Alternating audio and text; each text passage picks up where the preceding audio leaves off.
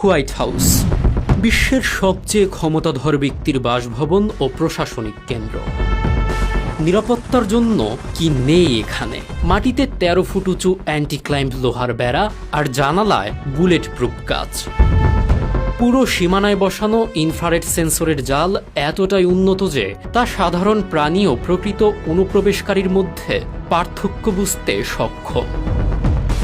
বহু স্তরের এই নিরাপত্তা বলয়ে সর্বদা প্রস্তুত থাকেন সিক্রেট সার্ভিসের শত শত ইউনিফর্মড অফিসার ও স্পেশাল এজেন্ট এবং বেলজিয়ান ম্যালিনেস জাতের পাহারাদার কুকুর। যে কোনো অনাকাঙ্ক্ষিত পরিস্থিতি ঠেকাতে ভবনের ছাদে সর্বক্ষণ পজিশন নিয়ে থাকে চৌকস স্নাইপার টিম এবং স্টিঙ্গার অ্যান্টি এয়ারক্রাফট মিসাইল। শুধু মাটিতে নয়, আকাশেও রয়েছে কড়া নজরদারি। এর আকাশ সীমা বা P-56 জোনে ড্রোন বা বিমানোরা সম্পূর্ণ নিষিদ্ধ।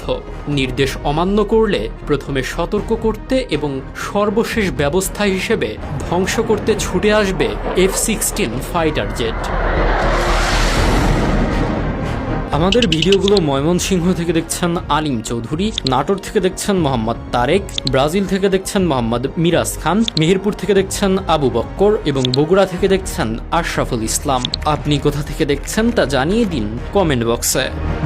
চরম বিপর্যয়ের শঙ্কায় মাটির নিচে রয়েছে ৭ ফুট পুরু কংক্রিটের বাংকার, যা পারমাণবিক হামলা ঠেকাতেও সক্ষম। জরুরি চিকিৎসায় রাষ্ট্রপতির গাড়িবহরের অ্যাম্বুলেন্সে সর্বক্ষণ মজুদ থাকে তার রক্তের গ্রুপের রক্ত। একই সাথে বাসভবন ও প্রধান প্রশাসনিক কার্যালয় হওয়ায় এটি নিছক কোনো ভবন নয়, নিখুঁত নিরাপত্তার এক অভেদ্য দুর্গ।